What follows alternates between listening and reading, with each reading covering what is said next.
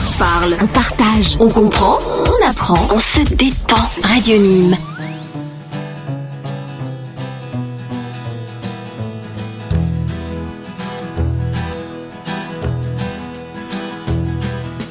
L'Art à Nîmes est le nouveau magazine mensuel de la rédaction de Radio Nîmes consacré à l'actualité culturelle nîmoise. Pour cette émission de mars, nous vous souhaitons, chers auditeurs et auditrices, de beaux rendez-vous incontournables qui présentera l'actualité culturelle de Nîmes. Ce magazine mensuel est diffusé tous les deuxièmes mercredis de chaque mois et en rediffusion le quatrième mercredi de chaque mois de 15h à 16h. Nous traiterons de l'actualité du cinéma, de la littérature, de la musique, du théâtre, des arts visuels, expositions. Conservateurs, directeurs de musées, chargés de la culture et artistes seront mis en valeur en fonction des actualités qui traversent notre temps et le milieu de la culture nîmoise.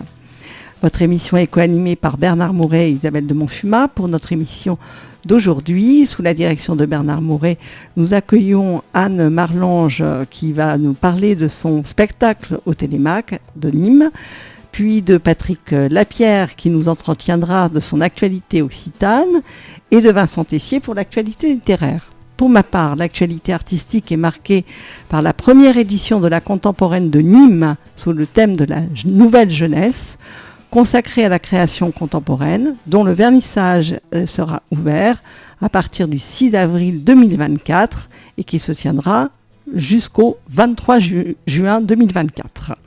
Voilà, et donc pour cela, nous verrons, j'ai invité des petites surprises. Bernard, je te laisse le soin des interviews. Chères auditrices, chers auditeurs, bonjour et bienvenue dans le studio Jean Orsi de Radio Nîmes avec l'accent. Alors on va faire un petit tour au théâtre, puisqu'il y a une comédienne qui s'appelle Anne Marlange et qui va se produire au théâtre Télémac à Nîmes. Alors elle va se présenter et en nous rappelant qu'elle a un seul défaut, c'est qu'elle n'est pas nîmoise, je crois qu'elle est montpelliéraine, c'est ça ? Oui, tout à fait. Latoise, plus exactement, mais bon, c'est vraiment très proche. Voilà, donc je suis comédienne dans la compagnie L'Aventurine, basée à Latte, donc, et je viens de monter un spectacle qui s'appelle Contes libertins de Jean de La Fontaine. Alors en fait, tout le monde connaît les fables, mais très peu connaissent les contes, et pour cause, ils ne sont pas appris à l'école. Voilà, donc un petit résumé de ce spectacle. Voilà, c'est délicieusement coquin. Ces contes sont avant tout de petits tableaux où Marie cocu mécontent, amant fin stratège, fille naïve, ermite libidineux, prennent vie de manière cocasse et drôle. Voilà, le style suranné, mais tellement vivant de Jean de La Fontaine en fait tout le charme, et ce libertinage plein d'humour nous parle, car il fait écho à quelque chose de très français et d'intemporel, la gauloiserie. Alors si je me permets, je vais relever ce mot-là parce qu'il n'est pas très dans l'air du temps. Oui, mais c'est ça qui m'a intéressée justement. Je me suis dit, tiens, que représentent ces contes ? Qu'est-ce qu'il y a de si choquant ? En fait, rien. Je pense que non, il faut les replacer simplement dans le contexte de l'époque. Ne pas oublier ça surtout, parce qu'en fait, tout le monde en prend. Les hommes, les femmes, le clergé. Alors, il faut savoir que ces contes ont été interdits à l'époque, et même Jean de La Fontaine, il a fallu qu'il s'excuse presque sur son lit de mort pour ne pas être excommunié. Voilà. Et j'ai pensé aussi que justement, alors, il ne faut pas oublier une chose, c'est très drôle. Voilà, c'est un spectacle très vivant, très drôle. Et je me suis dit, pour faire connaître ces textes, qui sont délicieux, je crois qu'il n'y a qu'une femme qui peut le faire. Parce que, justement, à l'époque où on est, il n'y a que l'autodérision, au fond, qui peut faire passer certaines choses, voilà. Mais il faut savoir aussi que les hommes en prennent autant que les femmes. Hein. Ça, c'est avant tout une peinture de l'âme humaine, au fond. Donc, sont soulignés tous les défauts, justement, même des femmes, en fait, voilà. Mais ça reste à la cour, dans un milieu un petit peu favorisé, ou alors tout. c'est le... Ah, absolument pas. Non. il y a de la paysannerie, il y a du... Tout à fait, bien sûr. Il a écrit une 60aine de contes. J'en ai sélectionné 6, voilà, pour faire un spectacle qui dure 1h10. Voilà, il y a une mise en scène, je suis en costume d'époque, et je raconte donc ces histoires, et j'interprète tous les personnages. Voilà, les hommes, les femmes, les filles naïves, les maris cocus. Voilà. Bon, alors on va rappeler peut-être les dates. Alors ça se passe, c'est le week-end prochain, c'est pas ce week-end, c'est le week-end prochain, Voilà, le c'est samedi et le dimanche. Voilà, le 23 mars à 20h30 et le dimanche 24 mars à 17h au théâtre, donc au Télémac Théâtre. Et ensuite, vous le présenterez également au Voilà. Festival d'Avignon, c'est ça? Oui, alors je fais Avignon depuis, je crois que ça sera ma 12e année ou 13e exactement. Donc oui, je vais le créer là-bas pour la première fois. L'année dernière, je faisais autre chose. Et là, c'est en avant-première, non? C'est la première fois que vous le présentez? Non, ou il a c'est été créé sur Montpellier. Ouais. Voilà, je m'expatrie pas très loin déjà. Enfin non, j'ai joué dans la région de Grenoble déjà aussi. Voilà. Est-ce que vous avez donc un extrait là, non, dans la tête à nous? Ah oui, Allez, on peut-être vous écoute pendant peut-être quelques minutes. le préambule. Oui, on vous écoute. Il est un jeu divertissant sur tous, jeu dont l'ardeur souvent se renouvelle. Ce qui m'en plaît, c'est que tant de cervelle n'y fait besoin, et ne sert de 2 clous. Or, devinez comment ce jeu s'appelle. Vous y jouez, comme aussi faisons-nous. Il divertit et la laide et la belle. Soit jour, soit nuit, à toute heure il est doux, car on y voit assez clair sans chandelle. Devinez comment ce jeu s'appelle. Le beau du jeu n'est connu de l'époux, c'est chez l'amant que ce plaisir excelle. De regardant pour y juger des coups, il n'en faut point, jamais on n'y querelle. Or, devinez comment ce jeu s'appelle. Qu'importe-t-il, sans s'arrêter ou non, ni badiner là-dessus davantage, je vais encore vous en dire un usage. Il fait venir l'esprit et la raison. Nous le voyons en maintes bestioles. Merci, c'est très beau. Donc on a envie de vous applaudir. Hein. Voilà. Merci. Alors, je rappelle juste les tarifs. Alors, il faut que je regarde mon papier parce que je ne les ai pas pris. Pour le tout public, c'est 15 €. Et pour les adhérents du Télémac, c'est 11 €. Et pour les étudiants, les jeunes, je crois que c'est 8 €. Voilà, donc je rappelle les dates. Samedi 23 mars à 20h30 et le dimanche 24 mars à 17h pour les contes libertins d'Anne Marlange. Merci. Merci à vous. Merci. Alors on va changer de langue. Hein. On quitte la langue de Jean de La Fontaine pour parler à une langue qui est donc aussi ancienne qu'il a suivie. Ok, plus ancienne encore. On vous écoute. Donc, Adicias a toutes. Bien sûr, l'actualité culturelle de la Marpoc, maison d'animation et de recherche populaire en Occitan.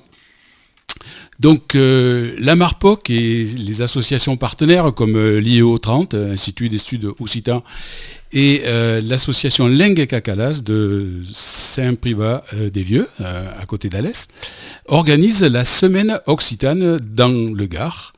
Donc c'est un événement qui permet de mettre en relief, en exergue la langue occitane et la culture occitane dans un peu toutes ses dimensions, que ce soit dans le domaine justement du théâtre, du chant, de la poésie ou de la littérature.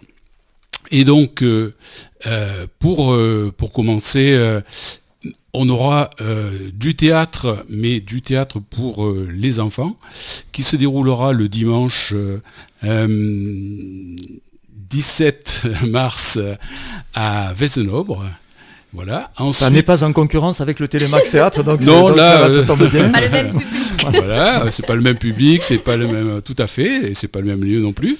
Voilà. Ensuite, le lundi 18 mars, on a un café occitan à Nîmes. Donc, c'est dans le prolongement du printemps de la poésie. Donc, on va faire un café occitan au petit théâtre de la Placette sur le thème de la poésie en occitan, bien sûr. à partir de 18h30 au Petit Théâtre de la Placette. Et ensuite à Saint-Privat-des-Vieux le mardi, donc le lendemain, le mardi 19 mars, une soirée jeu, donc une soirée jeu de société en bilingue. Et voilà. Puis on aura le jeudi, toujours à Nîmes, et encore au Petit Théâtre de la Placette. Là, ça sera du théâtre, ou enfin une lecture théâtralisée. C'est peut-être un peu dans le prolongement de ce que vous venez de faire, parce que c'est une pièce d'une autrice, Emmanuelle Marie, qui malheureusement est décédée très jeune, mais avait écrit cette pièce qui a été d'ailleurs jouée dans un théâtre parisien et qui a été traduite en occitan par une occitane, voilà, tout simplement, et qui sera donc proposée au Petit Théâtre de la Placette toujours. Donc cette pièce s'appelle Cut. Il s'agit de comment se bâtir la personnalité quand on a un sexe féminin. Et donc il s'agit de petites scénettes qui sont jouées, proposées par 3 comédiennes. Et je crois que c'est plein d'humour et ça mérite vraiment qu'on s'y penche, qu'on s'y arrête. Alors, et c'est en occitan ? C'est en occitan. Alors je pense que les comédiennes vont donner quelques clés en français pour que quand même le public non occitanophone puisse suivre la pièce. Voilà. Et puis, enfin, pour terminer cette semaine occitane dans le Gard, on aura toujours à Saint-Privat-des-Vieux une journée cévenole avec des chansons et pour clôturer cette semaine occitane, un balletti. Comme avant. Un balletti comme avant. Avec un vrai orchestre. Avec un vrai orchestre de Cabrecan qui va vous interpréter des mazurkas, des bourrées. Voilà.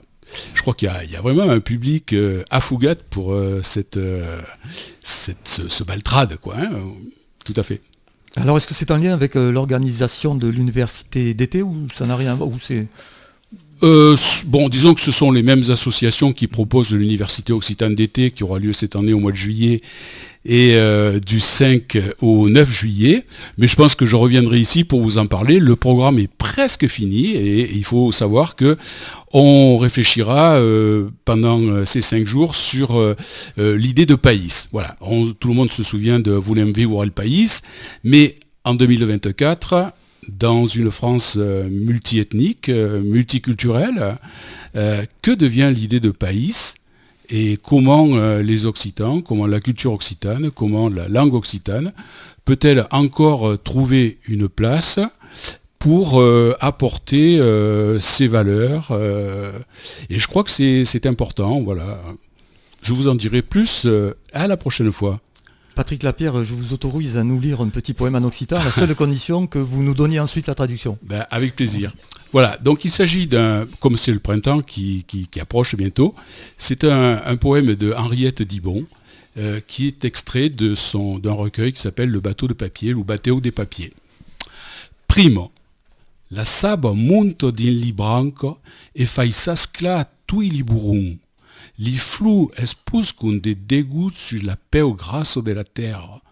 L'onvourier clava dans son corps tout le printemps que s'esfulisso, puis se regarda en dédain. Pico mon sang. La pluie court tout le campestre, a de longues aiguilles blouilles per tricuta la robe nova di pradello, e se despacho, de pou de la spa acaba, e tan vai leu que per sa maia, laissant de trau, pico mon sang. Lo vent mesclo lis escabeaux de cabro blanco di grande nivo, di cause que fan venir li gauto rouge, puis vous fai de caresses que vous fan tout blanco, pico mon sang. printemps. La sève monte dans les branches et fait se fendre tous les bourgeons. Les fleurs éclaboussent de gouttes la peau grasse de la terre. On voudrait enfermer dans son cœur tout le printemps qui s'ébouriffe, puis se regarder en dedans. Frappe mon sang. La pluie parcourt les champs, elle a de longues aiguilles bleues pour tricoter la robe neuve des prairies. Et elle se hâte de crainte de ne point l'achever, et va si vite qu'elle perd des mailles, laissant des trous, frappe mon sang. Le vent mélange les troupeaux, de chèvres blanches des grands nuages, il dit des choses qui font rougir, puis il vous fait des caresses et vous laisse toute pâle. Frappe mon sang. Et grand merci. Très joli poème Espolidé. Oh, force poulie. Patrick, nous nous reverrons donc un petit peu avant la prochaine université d'été. Oui, bien sûr. C'est l'objectif en fait, de votre association, la Marpoc. Tout à fait, un MSW. Très bien, merci encore. Alors en attendant, je vous propose un petit tour dans la rue Corvisart avec Françoise Hardy et Jacques Dutronc.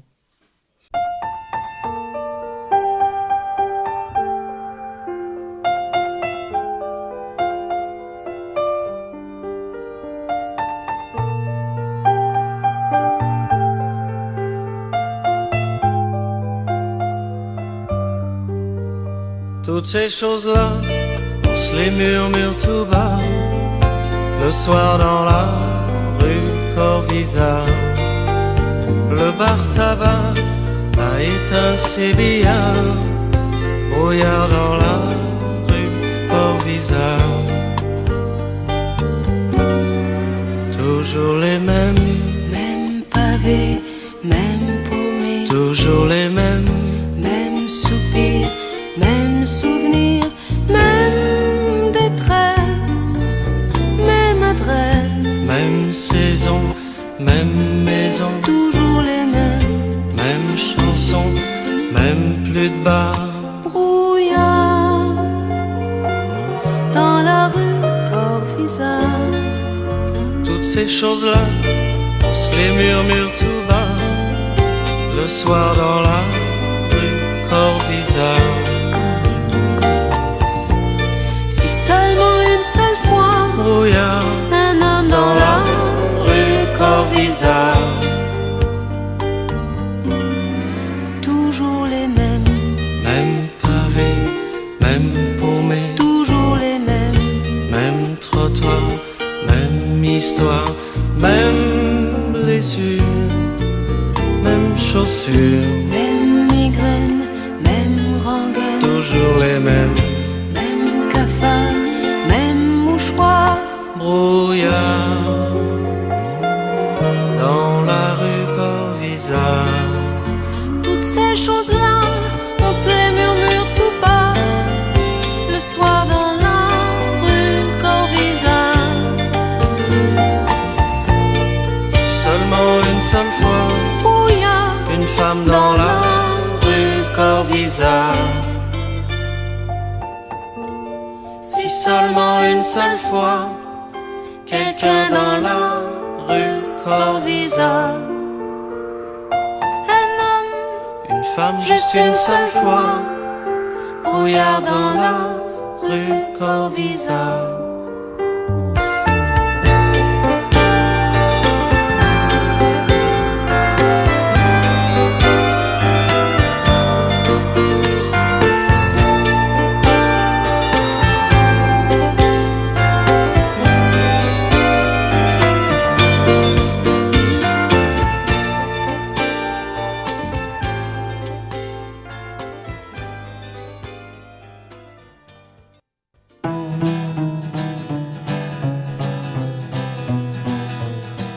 De retour dans le studio Jean Orsi de Radio Nîmes avec l'accent.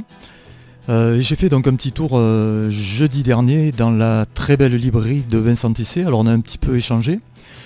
Et il va vous présenter les romans qui l'ont le plus marqué en ce mois de février. Vincent Tessier. Vincent Tessier, bonjour. Merci de nous accueillir dans votre très belle librairie. Alors on va peut-être évoquer une sélection là pour ce dernier mois. Merci. Bonjour, merci à vous de vous être déplacé. Je vais vous évoquer un livre qui est un peu le, entre guillemets, le livre phénomène de cette rentrée, qui est le livre de Thomas Schlesser, qui s'appelle Les yeux de Mona. Et c'est un livre qui a une presse assez dithyrambique, on le voit un peu partout, et c'est plutôt justifié. On est avec... l'histoire, en gros, c'est une petite fille, une dizaine d'années, Paris, qui vit à Paris, et qui, un soir, tout d'un coup, sa vue s'occulte, elle voit tout, enfin, elle ne voit plus rien, tout devient noir. Donc elle panique, ses parents paniquent, urgence, examen ophtalmologique, etc. Et puis au bout de 24 heures, elle retrouve la vue. Mais les premiers examens font penser à un syndrome dont le nom m'échappe, mais qui est susceptible de revenir et petit à petit de lui enlever définitivement la vue. Et donc elle est très choquée par ce qui lui est arrivé, ses parents aussi. Bon, et le médecin, lui, de toute façon, il faut continuer une série d'examens, et puis il est peut-être bien qu'elle voie un psychologue pour essayer de lui redonner un peu d'allant, parce qu'elle est très touchée par ce qui lui est arrivé. Et les parents travaillent tous les deux, ils sont très occupés, et ils vont demander au grand-père, qui a une relation assez forte avec sa petite fille, de s'occuper d'elle et de l'amener chez le psychologue le mercredi après-midi. Et ce grand-père, au départ, accepte sans aucun problème, oui, bien sûr. Sauf que lorsque le premier mercredi, il passe chercher sa petite fille, il lui dit « Mais on va pas aller chez le docteur. Ça sera notre secret, on va aller au Louvre. Et je vais te montrer, parce que dans l'esprit de ce grand-père, si elle doit perdre la vue, il faut qu'elle emmagasine la beauté du monde. Et la beauté du monde, elle est dans les musées, elle est à travers les tableaux, elle est à travers les œuvres exposées au Louvre.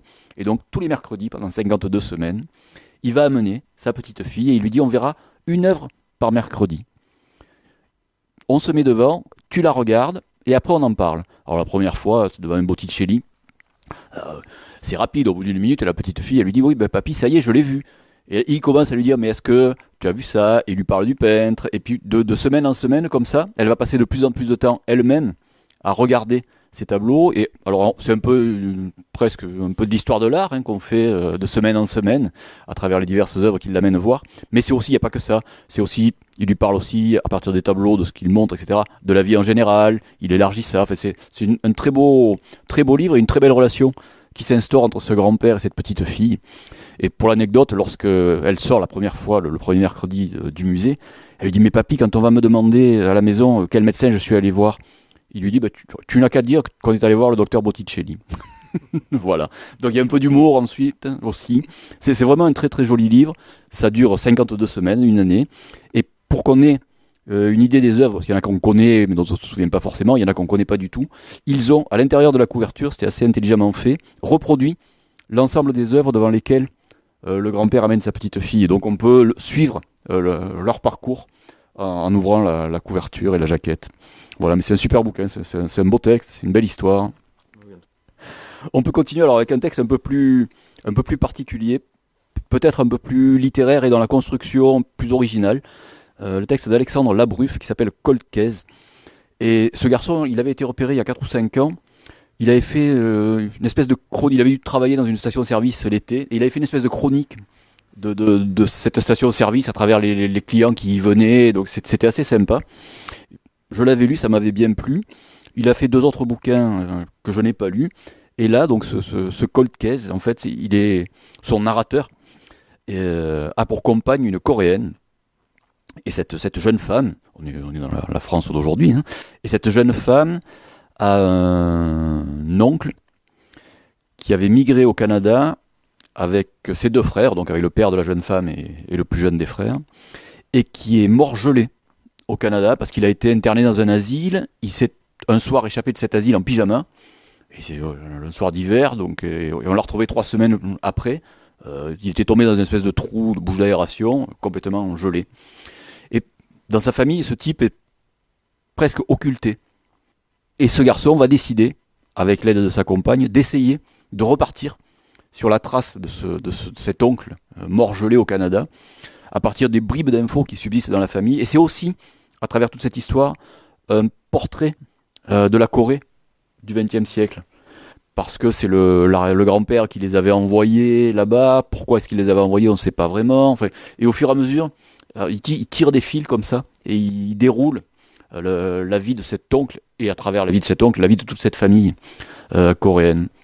C'est très sympa. Alors, il alterne des passages qui sont construits presque un peu comme des haïkus par moment. C'est dans la construction, c'est assez étonnant, mais moi ça m'a beaucoup plu. Ça peut dérouter un petit peu au départ, mais ça m'a beaucoup plu, et c'est très bien mené. Il y a une vraie côté enquête, et en plus on pénètre dans un peu l'imaginaire coréen. Il est beaucoup question de chamanisme, de choses comme ça. On sent que c'est une société qui est très marquée par ça, même si elle est très moderne, même si elle est encore ancrée dans beaucoup de traditions. Et c'est un auteur francophone? Oui, il est français, je crois qu'il est de la région bordelaise, me semble-t-il. Oui. Alexandre Labruffe, voilà. Et c'est publié aux éditions Verticales. C'est un texte étonnant, voilà. Si des gens ont un peu de curiosité pour aller vers une littérature un peu étonnante, ça mérite qu'on y jette un coup d'œil. On peut continuer avec un auteur alors que moi j'aime beaucoup, et là encore, j'ai vraiment complètement adhéré à son bouquin, c'est Martin Suter, qui est un Suisse de langue allemande, qui a fait des petits polars, qui a fait des livres qui sont pas forcément policiers, là, mais il y a souvent un petit mystère dans ces livres, même quand ce ne sont pas des choses policières, il y a un petit mystère dans les bouquins. Et donc là, on est avec un homme âgé, qui a été un type important, industriel, qui a compté dans la société suisse, et c'est toujours très souvent, et là c'est encore le cas, ces milieux de la grande bourgeoisie suisse, un peu feutrés, donc on est dans ces où on ne dit pas beaucoup de choses, et cet homme arrive un peu en fin de vie, enfin il devient âgé, et il décide de mettre un peu d'ordre dans sa vie. Il a une pièce qui est remplie d'archives personnelles, professionnelles, etc. Et il va embaucher pour ça un jeune garçon, un secrétaire, pour l'aider, parce qu'il y a tellement de choses qu'il ne se sent pas de le faire tout seul. Et petit à petit, c'est la relation qui va s'instaurer avec ce secrétaire, au départ une relation purement de travail, et puis d'espèces d'amitié qui se crée un petit peu, et où cet homme âgé va se confier et raconter à ce jeune garçon, à son secrétaire, l'histoire de cette Mélodie, le livre s'appelle Mélodie, qui est une femme qu'il a profondément aimée et beaucoup aimée lorsqu'ils étaient jeunes, elle et lui. Et puis un jour, cette femme a disparu. Il n'en a plus rien su. Et donc il raconte un peu cette histoire à ce garçon. Et quand il raconte cette histoire à ce garçon, le jeune secrétaire a l'impression qu'il y a des blancs, qu'il y a des choses un peu bizarres dans cette histoire. Il va donc se mettre un peu à enquêter pour essayer de retrouver la trace de cette mélodie. Alors un peu à travers les souvenirs et les papiers qu'avait accumulé ce monsieur, mais pas que. Donc il y a presque une enquête sur la disparition de cette jeune femme, et dont on découvrira peut-être pourquoi elle a disparu, et peut-être si elle est encore en vie ou pas. Voilà, mais c'était très chouette, là aussi c'est une jolie écriture. Alors là pour le coup, tout à l'heure je vous ai parlé d'un roman un peu particulier dans la forme, là il vous emporte complètement dans son histoire, c'est une forme plus classique. C'est assez linéaire, mais c'est très bien fait, c'est très agréable à lire, c'est un vrai bon roman pour se vider un peu la tête. Et puis on peut peut-être terminer, alors j'alterne des choses un peu classiques et des choses un peu moins classiques. Là c'est l'ouvrage de Joseph Incardona qui s'appelle Stella et l'Amérique. C'est tout à fait iconoclaste comme livre. On est avec une jeune femme américaine, Stella, dont on découvre qu'elle a la capacité de guérir. Donc petit à petit, le bruit se répand aux États-Unis, dans la petite ville dans laquelle elle est. Et alors l'Église se rapproche, hein, peut-être. Est-ce que c'est quelque chose, une sorte de sainte, etc. Alors oui, effectivement, le prêtre se rend compte qu'effectivement, elle a cette faculté de guérir. Sauf que cette faculté de guérir, elle guérit de façon un peu spéciale. C'est une prostituée et elle guérit les gens qui couchent avec elle, en fait. Donc pour l'Église, c'est bien d'avoir une sainte, mais une sainte qui se prostitue et qui guérit les gens comme ça, c'est pas tout à fait le genre de sainte dont rêve l'Église. Il n'empêche que l'Église, d'abord le curé, puis qui en parle à son évêque, qui en parle à l'archevêque, et l'archevêque fait remonter tout ça au Vatican, et donc l'archevêque américain est convoqué au Vatican pour évoquer le cas de cette jeune femme. Alors, sauf qu'au Vatican, il a quand même pas dit comment elle guérissait. Donc quand il arrive, il va bien falloir à un moment donné qu'il avoue que oui, elle guérit, effectivement, c'est miraculeux, les guérisons sont miraculeuses, mais elle guérit de façon un peu particulière, c'est parce qu'elle couche avec les hommes qu'elle guérit. Donc alors, le Vatican, qui pensait avoir mis la main sur une sainte, tout d'un coup très embêté, et puis au Vatican, il ne s'embarrasse pas beaucoup de principes par moment, et il se dit, après tout, on a une sainte, alors elle est un peu particulière, mais si elle meurt, on aura une sainte martyre, finalement, il n'y a plus de problème de savoir comment elle guérissait. Et c'est l'espèce de personnage qu'ils vont lancer, que le Vatican va lancer à travers une espèce d'agence un peu bizarre sur la trace de cette jeune femme, pour essayer de l'éliminer et d'en faire une martyre sainte de l'Église catholique. Donc voilà, c'est très très iconoclaste, c'est assez drôle, si on accepte de rentrer dans ce genre de choses, c'est assez drôle, c'est bien mené. Le premier curé dont il est question, qui est celui qui découvre un peu cette sainte entre guillemets, est un ancien GI américain qui est parti faire la guerre à droite à gauche et qui supportait plus la violence et qui a basculé dans la religion et qui est devenu prêtre. Lui, il va tout faire parce qu'il se rend compte, c'est lui qui en a parlé à son évêque, qui a fait remonter tout ça. Peut-être ça va mal tourner pour cette jeune femme et il se sent responsable. Donc c'est lui qui va prendre un peu cette jeune femme sous son aile et ils vont fuir ensemble pour tenter d'échapper à ce que le Vatican voudrait faire. Voilà. Mais là c'est un peu plus iconoclaste, mais c'est pour des gens qui ont envie de s'amuser parce que c'est très drôle au 2e degré. C'est un super bouquin, le livre d'Incardona, Stella et l'Amérique. Merci Vincent Tessier, c'est toujours un bonheur de vous écouter parler littérature. Au revoir.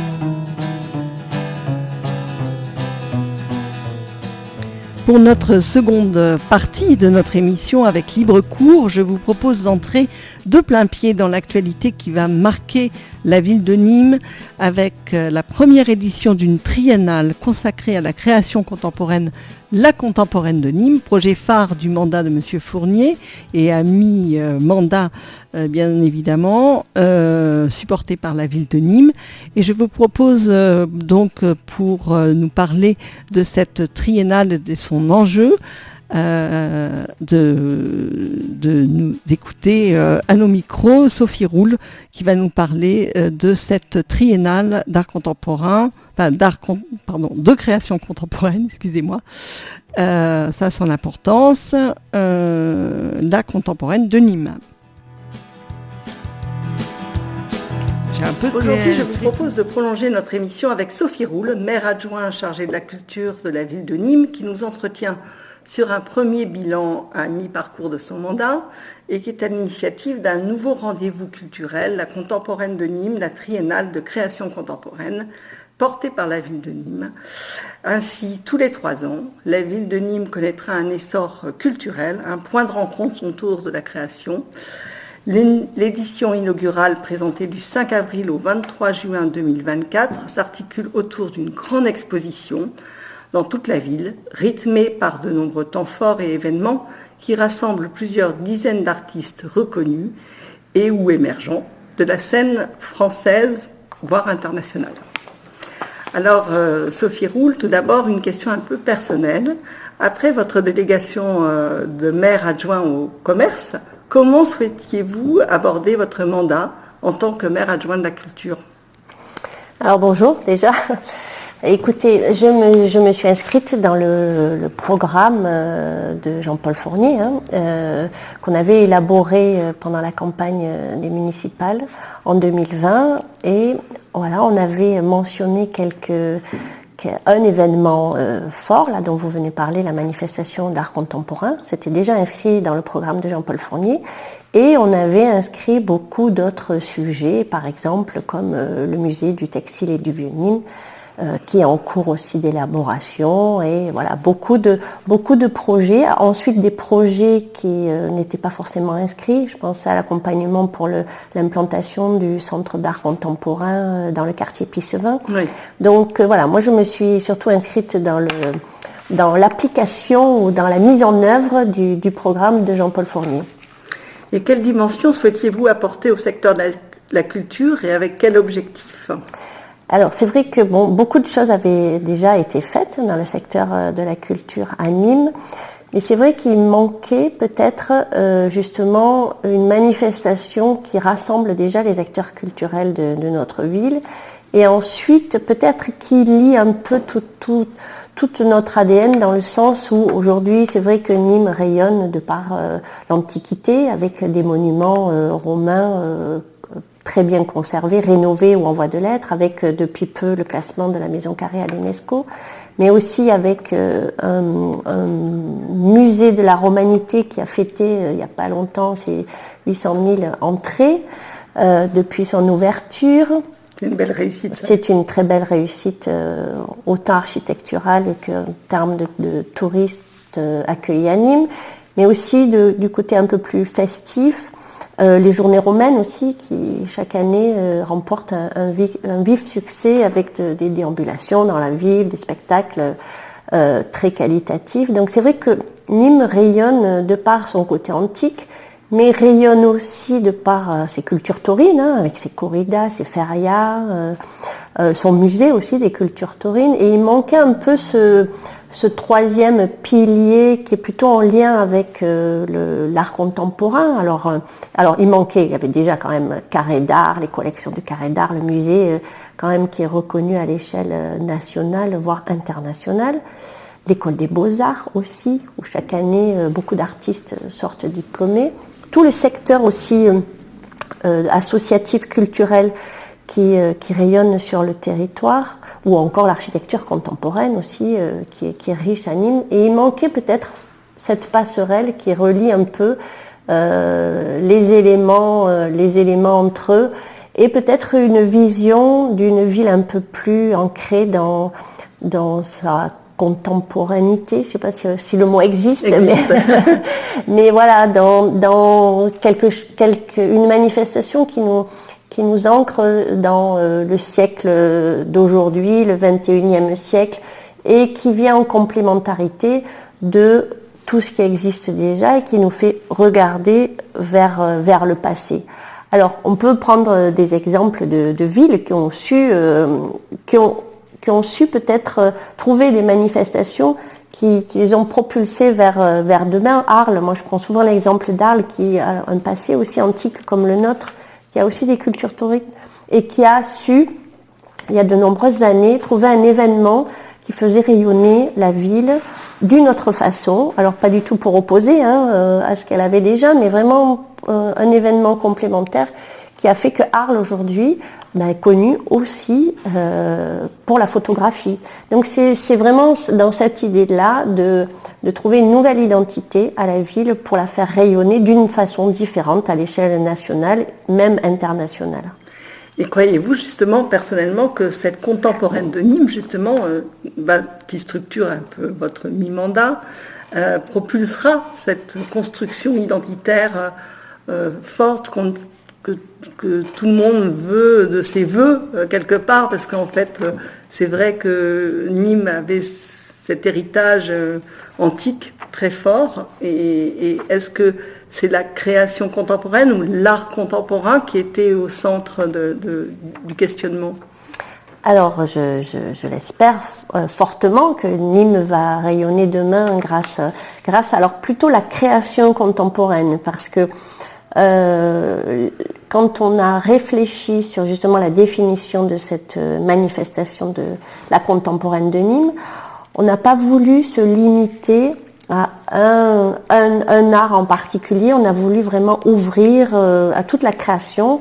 Donc vous pourrez trouver de la photo, du spectacle vivant avec de la danse, du théâtre, mais aussi du cinéma, alors bien sûr des arts visuels, mais aussi de la musique. Donc on n'a pas voulu se limiter à un secteur de l'art contemporain, mais vraiment à toute la création contemporaine pour que chacun puisse trouver un peu ce qu'il a envie de trouver ou découvrir aussi d'autres formes d'art.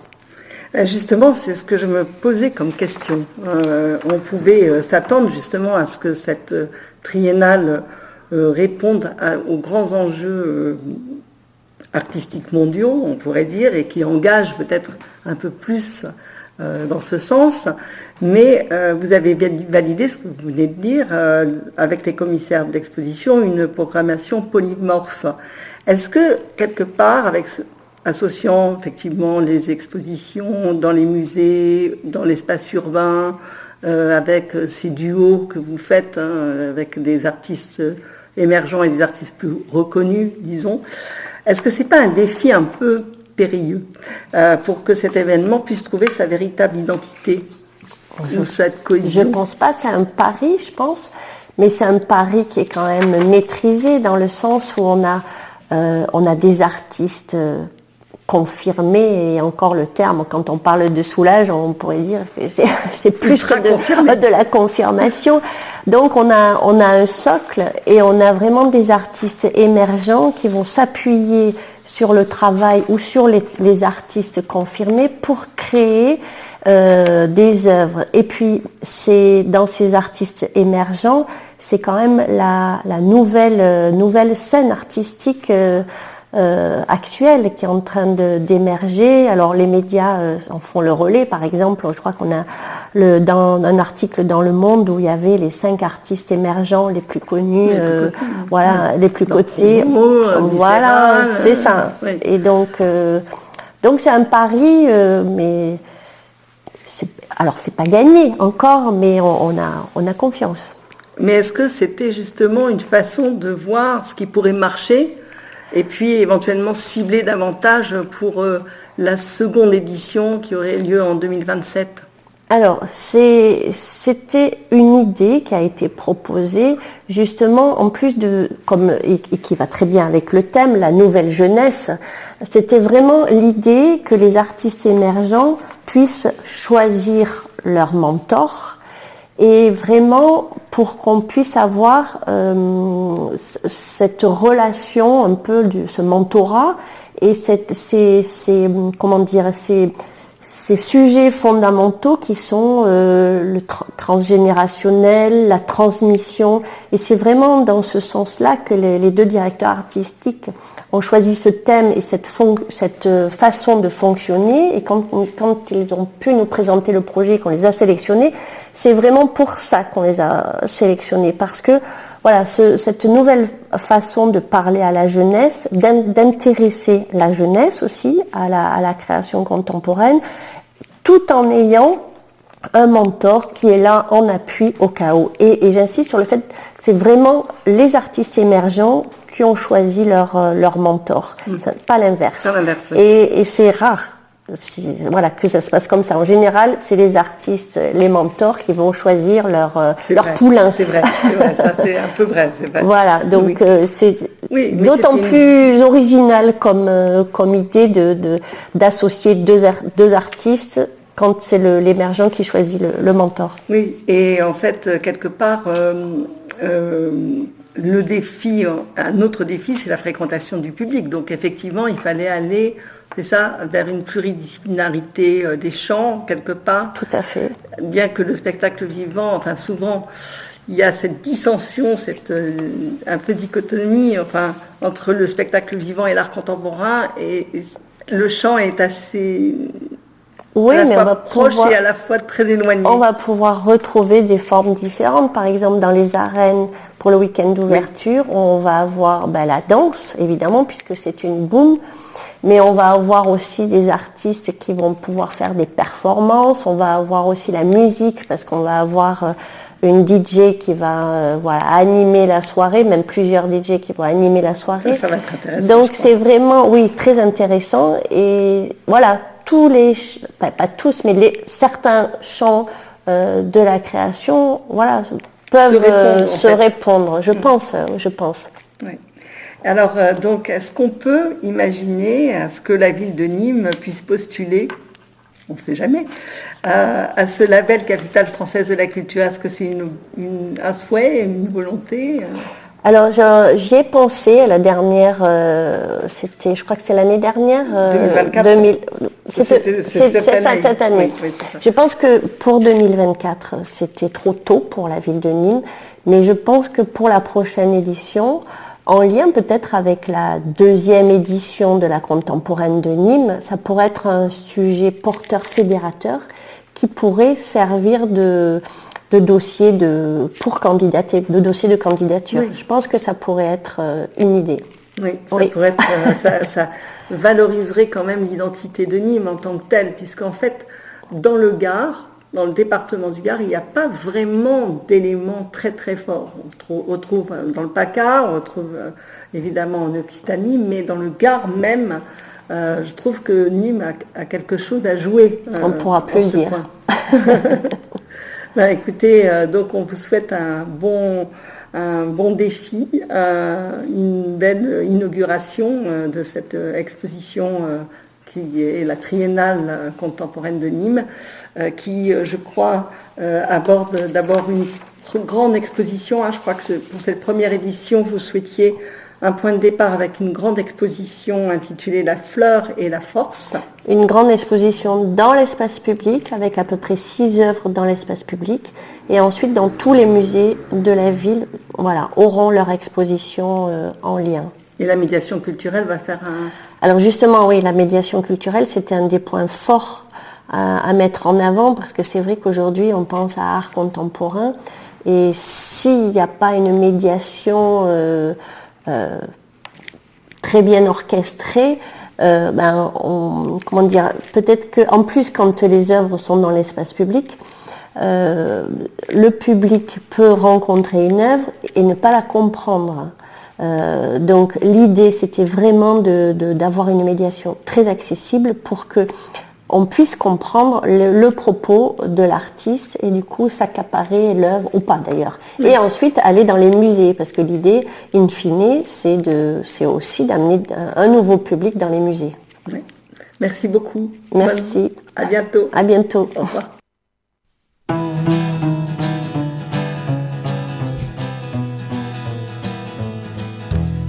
Pour cette première édition donc, de la Contemporaine de Nîmes, comme point de départ, Sophie Roule nous le dit et nous l'indique, une grande exposition intitulée La fleur et la force, en référence à la fleur et à la force de l'âge, déployée sous forme d'un parcours dans le centre-ville. Elle se compose de 12 projets artistiques dans autant de lieux, musées, lieux culturels, sites patrimoniaux, espaces publics.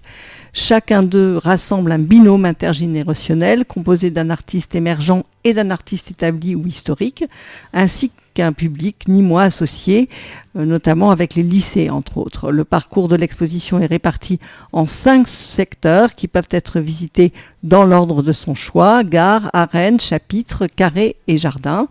Et donc, pour vous, chers auditeurs et auditrices, je vous ai proposé de retenir 2 éléments, voire 3, puisque j'ai invité le spot à nos micros actuellement.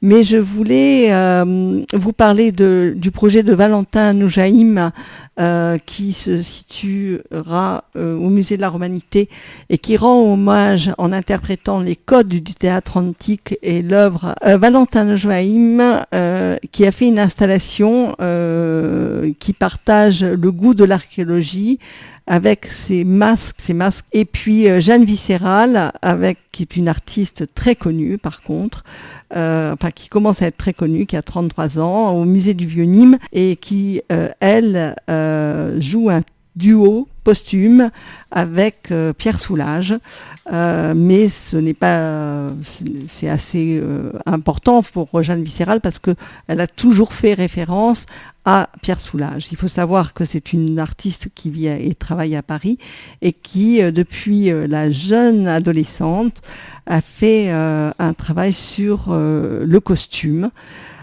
puisqu'elle était costumière avec un master en design et de vêtements, et elle a fait une installation assez prodigieuse et on pourra en reparler plus précisément. Et pour l'heure, donc j'ai invité aujourd'hui Maïté Tournier, chargée de la médiation culturelle et co-gérante du Spot, qui va nous entretenir de leur nouveau projet avec la participation à cette Contemporaine de Nîmes.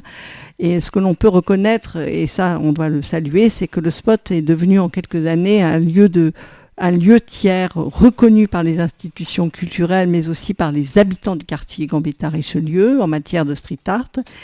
Et je crois que vous avez accepté de participer à cet événement autour de la création contemporaine. Et je crois que vous avez fait assez preuve d'une certaine ingéniosité, peut-on dire, pour la rendre tangible par une initiative inventive, en accord avec les principes et les valeurs du Spot, tout en répondant aux enjeux culturels et climatiques de demain. Donc pour cette première édition, Maïté Tournier, vous avez accepté de vous associer à la Contemporaine. Et pourquoi avez-vous accepté d'être partenaire de cette édition et de devenir une des maisons de la Contemporaine de Nîmes? Et quel fut votre objectif en matière de programmation? Merci Isabelle.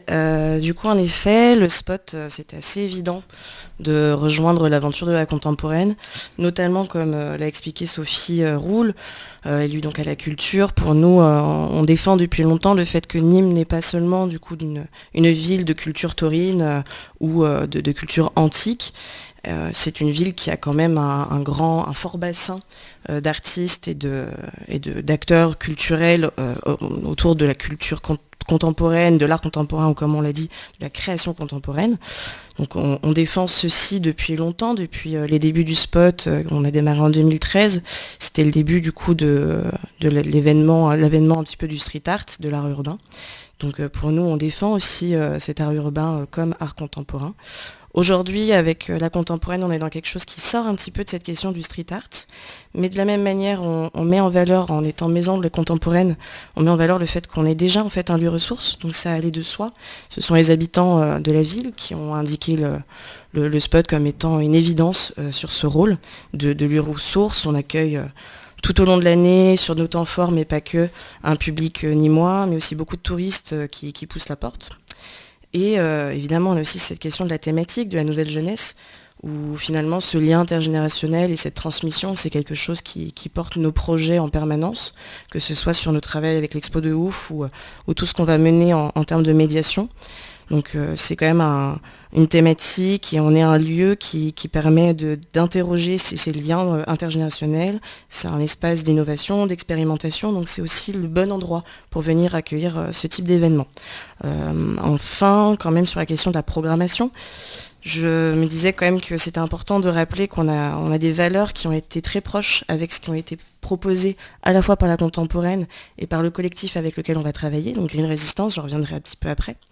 Mais du coup, c'est aussi la façon dont est pensé ce genre de projet pour le territoire et surtout avec le territoire. Donc c'est comment faire avec pour les personnes. Oui, donc justement, vous avez proposé donc le spot et vous avez donc sélectionné, on va dire, Green Resistance qui veut rentrer en résidence et qui ont imaginé une expérience artistique collaborative qui consiste à plusieurs projets participatifs en associant les adhérents du lieu, les habitants du quartier, à des actions de végétalisation et avec la création de mobilier pérenne et une exposition sur le plan du végétal dans le quartier au fil des générations, puisque ce quartier visiblement n'a pas été si grandement végétalisé. Et donc, pouvez-vous nous expliquer un petit peu ce projet qui s'appelle Ascendant Végétal avec le collectif Green Resistance ? Oui, tout à fait. Donc Green Resistance faisait partie des artistes sélectionnés par la direction artistique de la contemporaine. Ça a été une évidence pour eux comme pour nous de travailler main dans la main. Green Resistance, c'est un collectif qui est à la croisée du paysage et de la scénographie. C'est un ensemble d'artistes, de médiateurs, de menuisiers, de paysagistes. Et du coup, ils ont vraiment à cœur de penser la biodiversité et de travailler vraiment dans l'esprit de l'art contextuel. Donc comment on vient interroger l'art avec le territoire et pour le territoire. Donc c'est exactement ce que je disais tout à l'heure et c'est pour ça que ça rentre dans le sens du spot. On va donc déployer ensemble cette place du végétal à la fois dans les murs mais aussi en dehors. On est aussi donc dans l'intégration du public dans la démarche, en amont, pendant, mais aussi après, on y reviendra. Ça va être en amont donc, des ateliers de co-conception. On a Green Resistance qui est donc en résidence au spot du 25 mars au 7 avril. On aura une date assez forte qui est le 28 mars. On va faire toute une soirée où vous pourrez venir rencontrer justement les artistes et pouvoir parler de cette végétalisation. On essaye d'accompagner au maximum du coup les habitants à venir créer aussi du végétal et faire partie de l'expo, mais pas que. L'idée, c'est que cette création contemporaine reste durable et puisse continuer dans le temps. Donc on va faire des ateliers de conception, donc des permanences pour accompagner les habitants, et aussi donc une exposition en interne au spot qui sera visible donc, jusqu'à la fin de la contemporaine, jusqu'au 22 juin. Et ce sera une exposition qui va donc retracer le passé végétal, l'existant, pourquoi on aspire à tendre dans une ville comme Nîmes, la ville la plus chaude de France, à quel point c'est important de venir questionner en fait cette biodiversité au cœur de l'urbanisation, au cœur de l'urbain. Donc voilà, ce sera, je crois que la vitrine du spot va être végétalisée entièrement, hein, et donc ça va faire l'objet d'autres végétalisations avec les habitants tels que vous l'avez proposé. Pouvez-vous nous expliquer ce qu'est un espace tiers et quelle est sa fonctionnalité et ses enjeux ? Oui, donc alors on est assez reconnu le spot en tant que tiers-lieu, ce grand mot qu'on utilise beaucoup ces derniers temps. Un espace tiers, certes, c'est aussi on parle aussi de lieu infini. On peut se décrire comme étant un lieu qui réunit des espaces communs, d'échanges, de rencontres, qui mixent les usages, les activités et les publics. Donc quand on parle de ces lieux infinis, c'est pour dire que c'est un lieu de tous les possibles, qui évolue selon les contextes, du bien les contextes et les personnes qui s'en emparent, qui s'y croisent. Et de cette manière-là, on est à la croisée de tellement de chemins, ce qui permet de générer des projets qui sont forts, et j'en parlais aussi, durables pour le territoire et pour ses habitants. Oui, c'est vraiment une fonctionnalité particulière, et c'est peut-être plus intéressant que d'avoir un musée en tant que tel, ou d'avoir... c'est un musée à ciel ouvert finalement. On revient sur cette question de l'art contextuel. C'est comment sortir de l'espace muséal pour venir donner du sens sur tout le contexte territorial et historique pour les personnes qui y côtoient.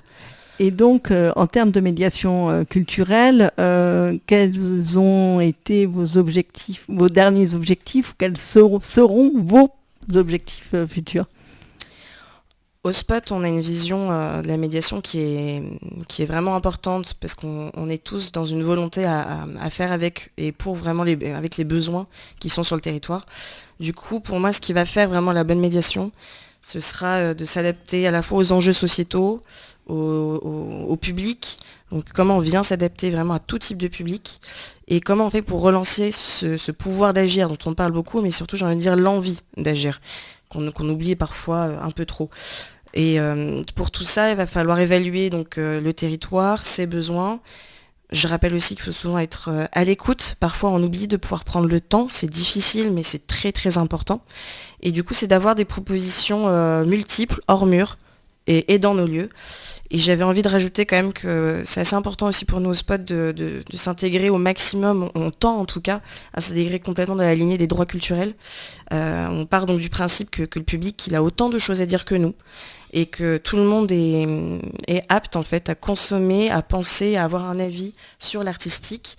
Et c'est ce regard-là légitime à l'art qu'on essaye de développer et de défendre aussi. Alors vous nous avez interpellés pour nous dire que le Spot ne va pas bien financièrement. Alors quelles actions pour redresser cette situation, puisque je crois que vous avez une perte de 30 000 euros sur le financement de cette année, il me semble. Je crois que vous faites appel à la participation du commun des mortels avec une campagne de crowdfunding. Pouvez-vous nous en parler un petit peu ? Oui, alors en effet, comme dans toute aventure, quand on est dans le social, quand on est dans le culturel, dans une structure associative ou coopérative, donc nous on aime bien les deux structures, c'est toujours assez compliqué. On a le cap des 10 ans qui est passé, il y a le Covid, on fait à la fois à la base de la restauration, on a une galerie d'art, on a une salle de concert, donc tout ça fait que, évidemment, la période Covid a été compliquée. On est aujourd'hui plutôt autour de 22 000. Là, on vient d'avoir les bilans du résultat 2023. Les 30 000, c'était 2022. On a du coup cette campagne de dons qui est lancée pour surtout nous aider à avoir un soutien populaire pour montrer l'importance que le Spot a sur le territoire. Et c'est pour ça que je vous invite à aller voir sur notre site. Il y a beaucoup, beaucoup de partenaires qui relaient l'information et on les remercie infiniment. On a énormément de projets à venir. Donc, rendez-vous pour le Spot le 7 avril, c'est bien ça, le samedi 7 avril. Dimanche 7 avril pour l'ouverture des Maisons de la Contemporaine. Voilà. Merci beaucoup, Maïté. Merci à vous. Donc, pour finir notre émission consacrée à la contemporaine de Nîmes, je voulais vous signaler que, bien évidemment, c'est un premier volet. Le deuxième volet aura lieu au mois d'avril avec pas mal d'interviews et de micro-trottoirs que nous allons faire auprès des artistes et du public pour voir un petit peu comment est ressentie cette contemporaine de Nîmes. Voilà, donc merci à vous tous d'avoir participé à cette émission et je vous donne rendez-vous au mois prochain, en avril prochain. Merci.